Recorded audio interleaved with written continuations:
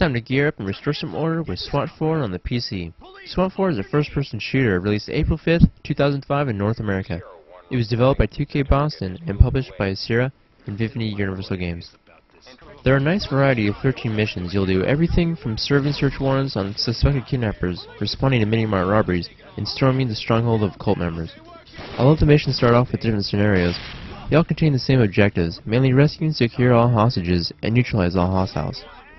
The AI keeps each playthrough fresh by randomly spawning enemies and hostages, a la Left 4 Dead. You get points for reporting all hostages or suspects in custody, collecting evidence, and not losing any squad members, while losing points for using unnecessary force. In order to pass a mission, you'll have to achieve a high enough score. Being as you're an officer, you can't go around shooting people Rambo style as you would in just about every other first-person shooter. These crooks have rights, and you must follow the rules of engagement.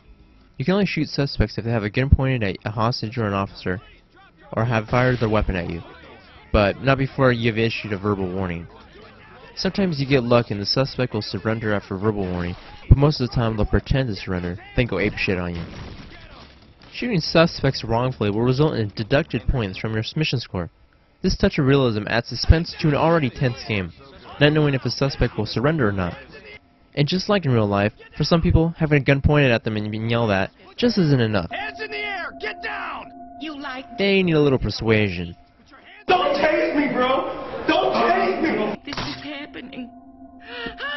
Oh, my heart! Hands in the Damage you receive will affect your movement, which is monitored by a display. Check that room. Squad movements and commands are issued by pressing the spacebar while having your crosshairs over something or someone. An action bar at the bottom right corner displays the executable action along with the team it's issued to. You can also use the drop-down menu to issue orders by right-clicking and selecting your action. Your fire team is comprised of two teams, a red and blue, that you can split up should the need arise, and it will. Each squad member has a camera on their head that you can view from like picture-in-picture. The camera also allows you to give orders when you're not with them. The way you control your squad and give orders can seem like a daunting task at first, but after a few minutes playing, it'll become second nature to you. Sniper support is also available and controls the same way you would your squad. The sniper is a nice addition, however you can shoot suspects even if they're yet to show any hostile actions, making it seem unbalanced.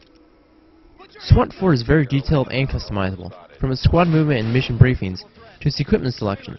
You can choose to listen to the 911 call if one's available, select your entry point, or even choose your bullet type. You have a good number of guns at your disposal. Machine guns, assault rifles, shotguns, and less lethal weapons like beanbag shotguns and pepper ball guns that still pack a punch.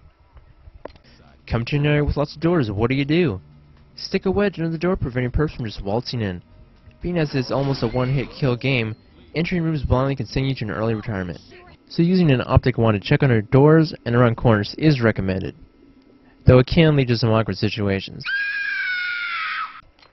You also get your standard stable of flash grenades, stinger grenades, and CS gas. Once you're done with the single player, you can create your own missions with the level creator. Choose the number of hostages, suspect, and objectives, or if you're more of a social person, you can tackle the multiplayer. Deathmatch and VIP scenarios are available, and even 4 years after its release, it's still played by many people. The controls feel solid and handle like every other first-person shooter. Players familiar with PC gaming should have no problems handling SWAT 4, even with its added command and squad controls, though it may seem overwhelming at first. The system requirements are very low and should run fine even on older computers. There are some nice lighting effects and the environments look very interesting. But compared to other games during the time of its release, SWAT 4 starts to show its age. The sounds of the weapons are great and sound real. The same can be said for the people and their reactions to what's going on.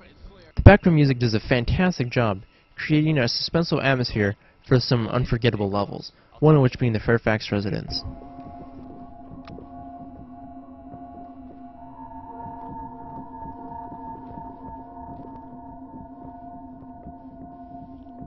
Final thoughts. If you're looking for an FPS that's more tactical than gun-ho, then you're in for a good time. Random spawning, multiplayer, and funny extras will keep you coming back for more. This game is available via download from GameStop for $20 or cheaper for a disc copy on eBay. I give it a thumbs up.